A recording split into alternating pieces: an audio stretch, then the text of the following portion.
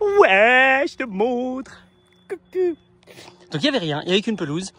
Et donc là on a installé des arbres fruitiers, boum boum boum, on a scalpé, on a gratouillé, on a rajouté du compost, de la bonne terre, on a planté plein de fraisiers, des framboisiers au milieu, plein de fleurs, de la bourrache, etc.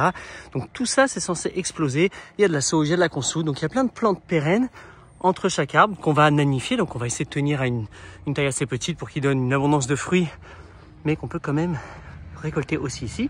Là j'ai ouvert, donc là j'ai juste posé du mulch, ça va étouffer tout doucement.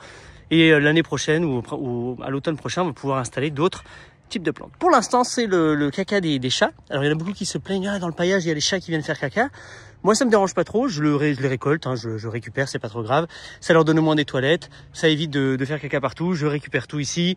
On le met à la poubelle, des fois j'en mets un petit peu au compost, mais là, le compost est trop petit. Mais au moins, voilà, ça permet aux chats de leur offrir une litière temporairement. Et une fois que ce sera planté, ce sera plus trop un problème. Donc, sur cette pelouse, on a installé les bacs, qui est un peu en pente. Là, on est en train de faire le chemin avec des pierres qui va rentrer à la maison. Ça, c'était un chemin, un des passages désirés, c'est-à-dire en fait, ça n'existe pas. Mais à chaque fois, les enfants, tout le monde coupe par là. Et il y avait un arbre et de façon naturelle, non, ça va sauter. Tu peux pas passer par ici. Il laisse tomber. C'est un chemin, tu peux pas le bloquer. C'est naturel. Et de là-bas aussi. Donc, là, on dessine, on va mettre toutes ces pierres. Et ici, avec toutes les briques, on va déposer ici en arc de cercle. Et comme c'est en pente, on va partir à peu près d'ici et on va mettre ça à niveau. Donc tout ce lopin de terre ici va être à niveau. Donc ça va faire plat. Et dedans, on va pouvoir cultiver comme un petit muret. Mais si tu voulais, tu aurais pu juste refaire pousser du gazon. Et tu aurais pu mettre ta chaise longue, une petite table avec 2-3 chaises. Bref, tu peux te créer un endroit de paradis.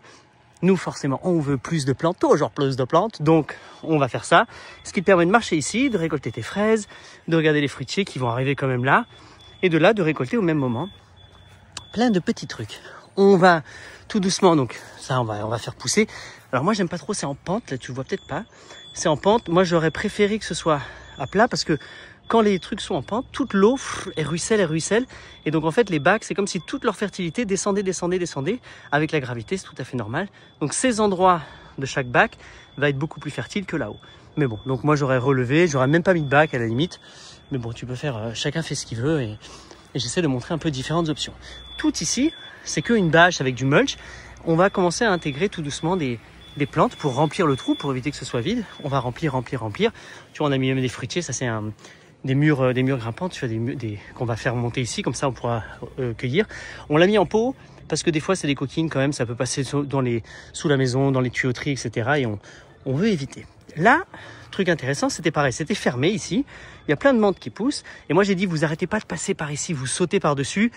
Il faut ouvrir, ça sert à rien, c'est beau. Donc maintenant j'ai officiellement ouvert, juste avec des pierres en 30 secondes. Tu remets du mulch sur les côtés et tu laisses ce passage. Et ce qui est bien, c'est que là, toute la menthe est en train de sortir. Si je te montre, tu vois, là, mais elle va prendre tout ça. Et donc à chaque fois que tu vas passer, tu vas marcher sur la menthe, tu vas l'écraser et pouf, pouf, ça fait ce bruit-là. Pouf, pouf. Tu vas avoir des senteurs de menthe, ça va vraiment être sympa.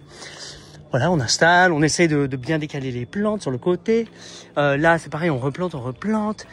Et tu vois, j'essaye au maximum d'ouvrir, de bien délimiter les espaces de plantation. Et comme ça, ça permet voilà, de juste donner de l'espace et chacun peut faire des plans. Donc là, ce que je lui ai appris à faire tout doucement, hein, c'est très simple, c'est aussi des boutures de menthe. Donc, elle a de la menthe à gogo, fais des boutures, mets dans des petits pots de yaourt, dans des pots, dans tout ce que tu veux, fais-le, multiplie, collectionne-les chez toi, tout là. Et ensuite, offre-les quand tu es invité, quand il y a des amis, quand il y a... Juste passe, fais tourner les plantes, fais donner. Moi, si tu me donnes une plante un jour, ah bah t'aimes les plantes, je t'en file plein. Et on fait tourner comme ça, on fait voyager nos plantes. Sachant que la menthe, idéalement, tu vois, tu la mets dans un truc comme ça. Parce que là, ils l'ont mise là et effectivement, ça va partout. Alors c'est génial, hein, mais t'en as une abondance.